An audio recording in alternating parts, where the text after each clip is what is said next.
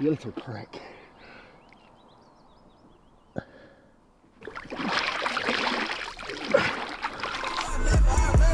Honestly, I don't know who the fuck to trust. Is she my friend or my foe?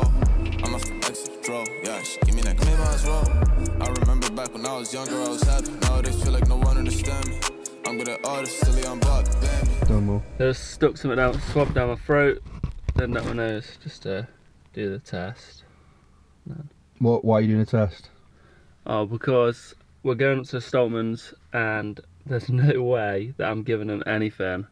I mean, I've got a blocked nose, but that's from hay fever, but there's no way we're giving them anything before the big day, so just being doubly careful. We've took a few tests. How many tests have you done this week so far? I've done 2 in the past 3 days. So yeah, we obviously haven't got COVID, and make of it what you will about it. But if the boys get it, they can't travel out there. Even if they're fine, even if their health is fine, if they get it, they won't be able to travel to the Worlds. So I don't want to be the outsiders basically going up and infecting the whole team, the whole squad. So we're taking it. Tom and Luke haven't asked us to do that at all. Just a precaution we're taking because they're our main characters in our film, and this is a very important part of the film. So. Right, anyway, we are packed up. This is the biggest haul we've ever had. So all our equipment is in the car, pretty much. Like, when packing all this car up took a long time, how do you feel about how much equipment we actually have now? It's quite mind-blowing, especially just to think we've bought that all. We've invested all this money and, you know, researched all the best gear, knowing that we will use it to its fullest and it will be worthwhile, and knowing, like, in order to get make the film we need or we want, we need these certain pieces of equipment. Genuine question, right? This is a genuine question. Someone had the new red Gemini Ranger with a set of Sigma Primes, right? Yeah. And they had a Lamborghini next to it. Lamborghini's worth a lot more. Which one, genuinely, I'm not just saying it, which one would you actually take? Well, I mean, I can't drive, but yeah, I'd take the camera all day. Why? Because it's useful and it aids us in our vision, whereas a Lamborghini just drives fast. That's about it. Right, how'd you test? Negative test. Right, we're going to hit the road now. Let's go. There we are, Invergordon. Setting off 1 hour and 20 minutes late. Scotch Corner first, good. Okay, so it's going to take 8 hours and 9 minutes. So it says. So that says we're going to arrive 9 hours. It just went up an hour. How did it go up an hour? When we get to Inverness, we've also got to charge for another hour. So that's going to make it over 10 hours. I think it's probably about an 11-hour trip. Let's go.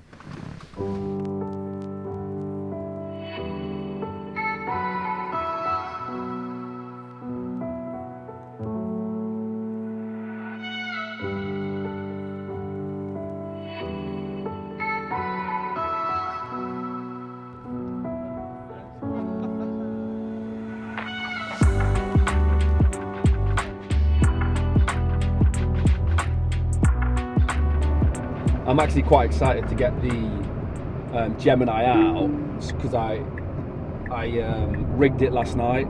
So I took everything off the Dragon and put it onto the Gemini.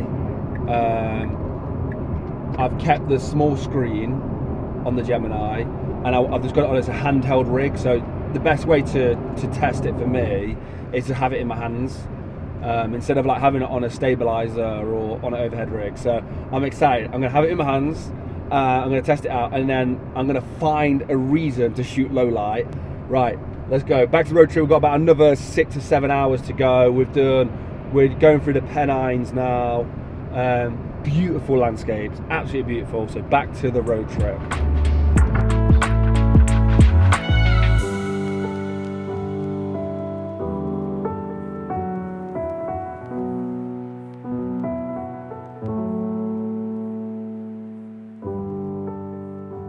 Okay, so on the way down here, we saw we saw this beautiful lake, and we just thought, fuck it, let's just have a look, see if we can get down there. So we're going to try and get down there now.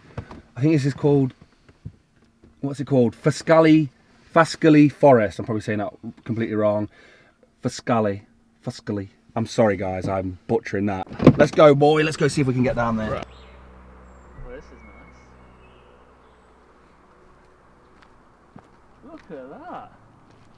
So we're supposed to be testing out the red Gemini. Yep. Why aren't we shooting with the red Gemini right now? Because it's packed away. I don't know. It's packed away. It's just impractical. So Yeah, I got to. but Practical. this is more of an adventure vlog, you know. Oh my lord.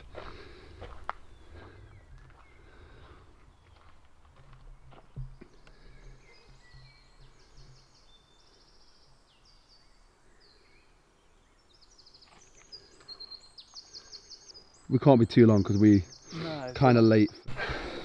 Okay, we've been running randomly for a while. I think we're right here. We're lost, but we're lost. But we're also found because we're almost at the lake, I think.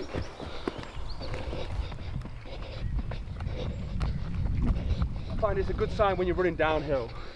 Oh, I see it. I see it.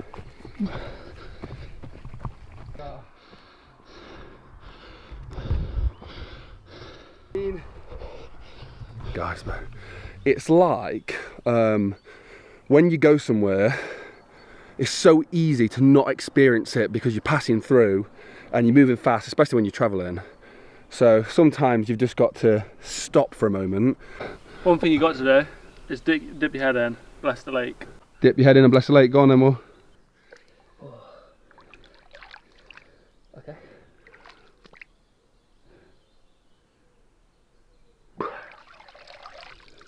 I shall also bless the lock now that William's said it's tradition. It's always tradition. I think I just like dip my head in something. No, I do it. Ground, yeah. William wasn't filming, so I'm gonna. I feel like this is proof It's not. that You I could've- got in.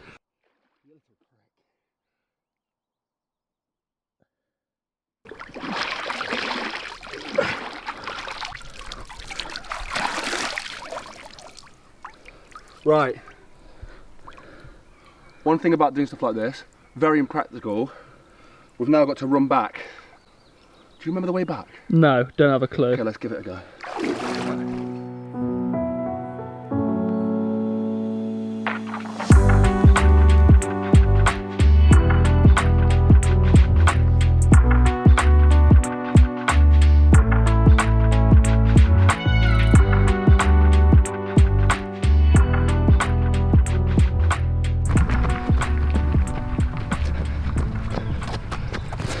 One thing I forgot is we have all the camera equipment in an unattended car. Not a smart move. Don't know if the insurance would cover that. Right, we've had enough fun in the lake, in the magical enchanted forest. We've got a documentary to film, so let's go back to it. And for the Tesla guys who are still watching, still love the car. Most important thing we brought with us on this trip.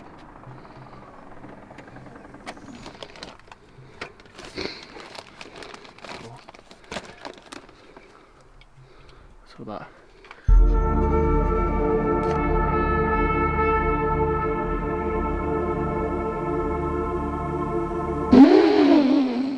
You doofus, who do you think you are?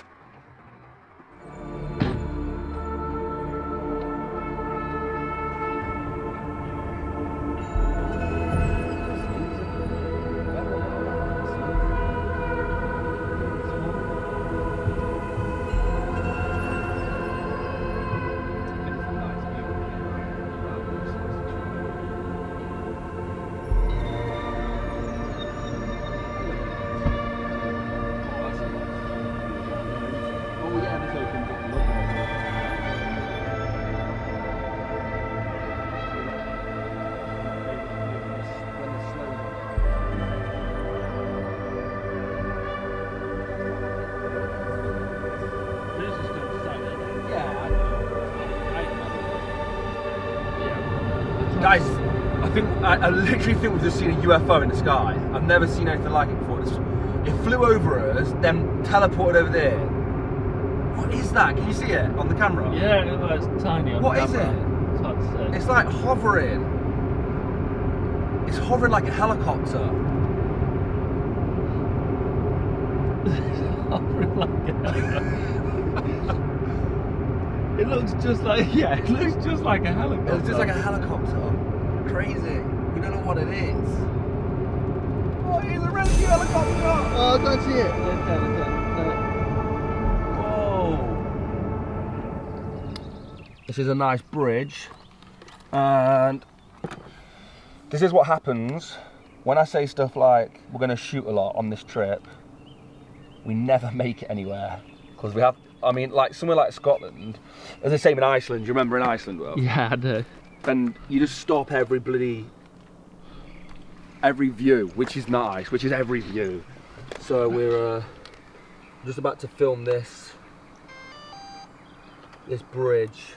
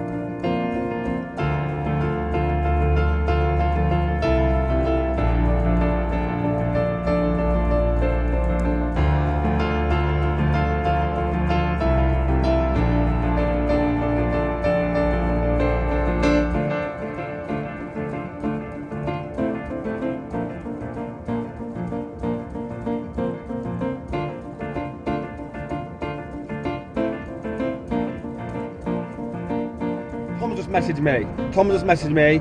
He's going to be doing cold therapy at 10. So the sun should be down at 10, or it should be very dusk, be very dark. Fantastic time to test a Gemini out. So we could have an ideal test off the bat to test the Gemini out. Inverness is gorgeous at the moment. Like there's these yellow bushes that have like bloomed recently along the side of the road, and like they're covering all the roads and stuff. You can see them there. And near the bridge they cover everything, so the only thing I'm worried about is the drone hasn't got the best range, so we're going to see if we can get the drone all the way up there. But let's go fly the drone. Tesla superchargers, for all the Tesla fans who are still watching, still love Tesla. Supercharging network's the best. I finally got my Model X on my account, so that's good. Whilst we've got the time, let's go film this puppy. Let's go, let's go. Oh, my legs.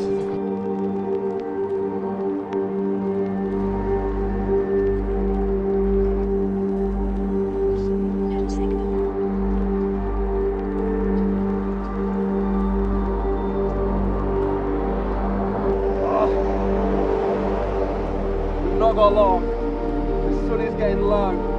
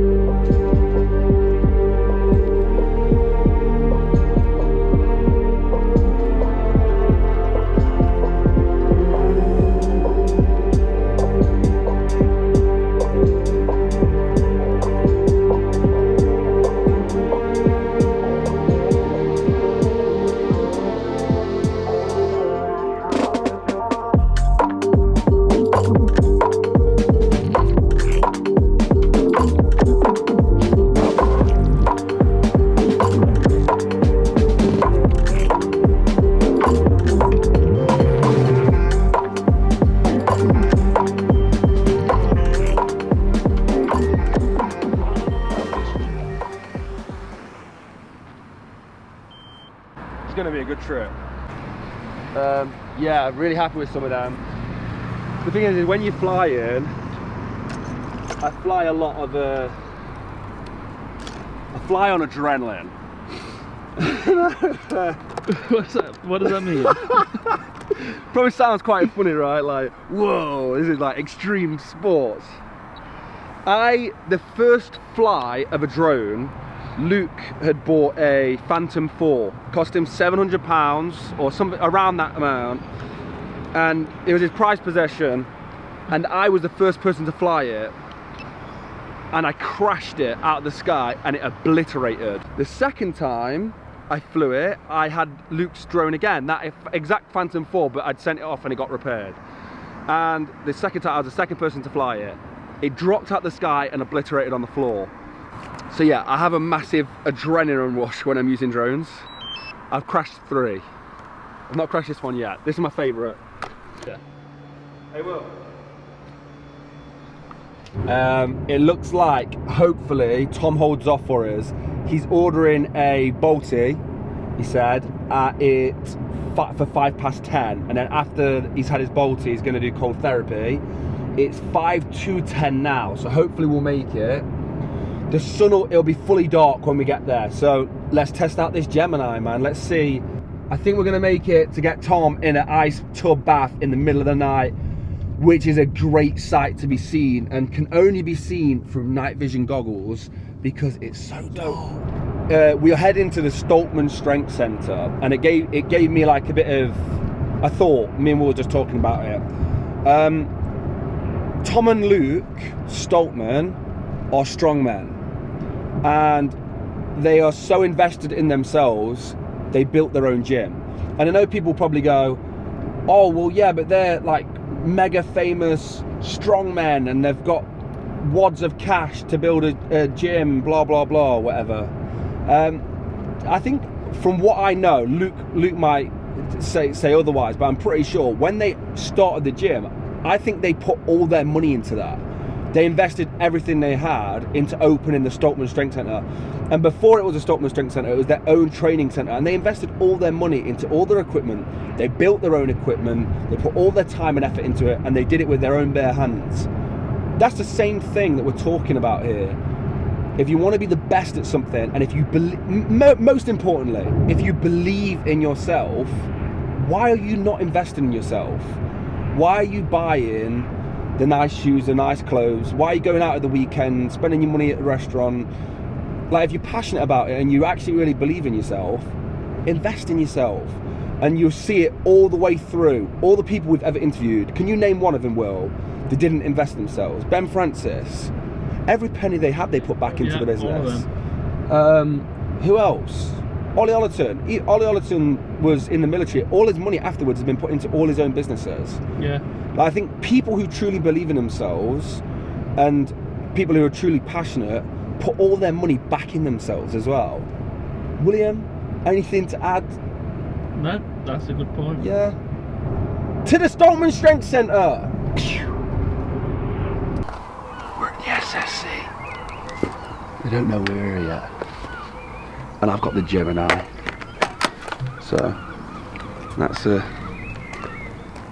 trend there. So if you remember from the last time I was here, I'm trying to stay very organised with my shoots. So take that off.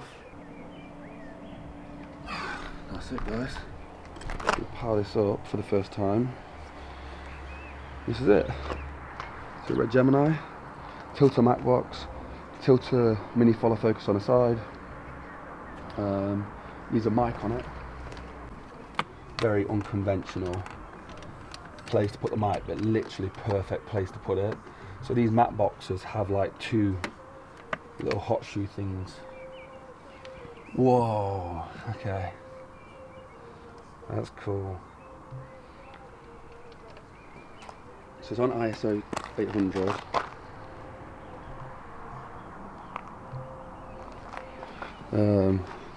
So that's ISO 800, but designed for. It has a special thing called low light mode.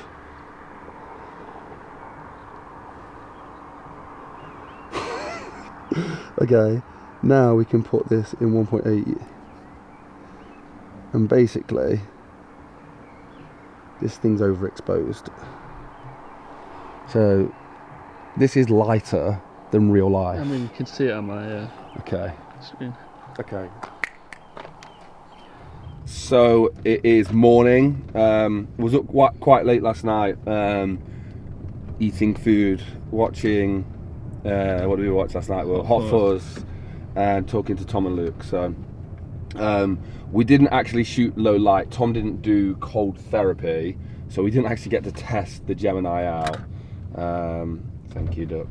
So we're off to breakfast now with Tom and Luke to discuss the week. So we're going to plan the week for the shoot, and then we can finally find out how we're going to implement the Gemini. But one thing I would say, how amazing was the low light, Will, in it? It was pretty amazing. So the Gemini has two modes. It has normal mode, where the low light's really good. You can push the ISO up into the thousands, low thousands, and you don't get that noise. But when you flick low light mode on, it is specifically for low light, and I think it changes the native ISO. Now this could be wrong. I could be saying technically I don't really know much about it, the cameras, but the lowest ISO you can then select once you're in low light mode is 1600 ISO. We've not had any opportunity to test the camera out, so I'm going to give you a test now. I'm going to compare it to the Blackmagic that William's using right now.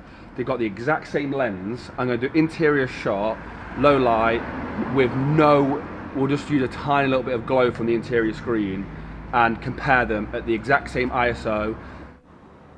That's 4000 ISO on the Blackmagic now. 4000 ISO. So that's 4000 ISO at f1.8. This is ISO 12800 on the Blackmagic f1.8, and yeah. So that's 12,800 ISO, again at f1.8. Okay, so this is ISO 5000 on the Blackmagic, f1.8 still. Again, it's the Gemini at 5000 ISO.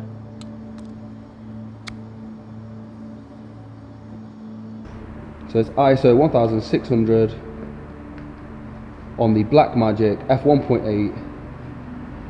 Then we got 1600 ISO again at f1.8. You see the difference.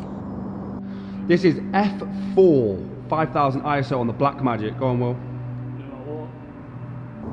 So this is 5000 ISO at f4. Okay, this is f4 on the Blackmagic, 5000 ISO. So this is 5000 ISO at f4.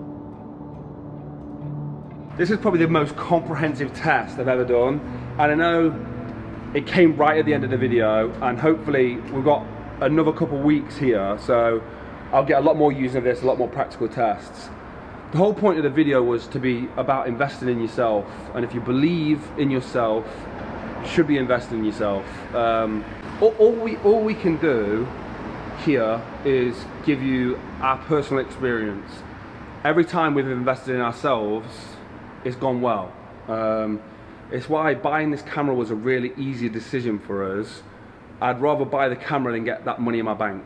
And well, you're probably the same, right? Yeah. One of the things we get a lot, one of the things I think we get a lot is that maybe we was lucky, or I don't know, maybe we were. But one thing for sure is every penny we got, we put back into ourselves. I mean, especially at the start. If the first thing you purchase when your business is going well is a nice car, you're an idiot. And that sounds preachy, and I'm not trying to come across as preachy, but you're a fool. Especially if you think that's what's going to lead to success. It definitely won't.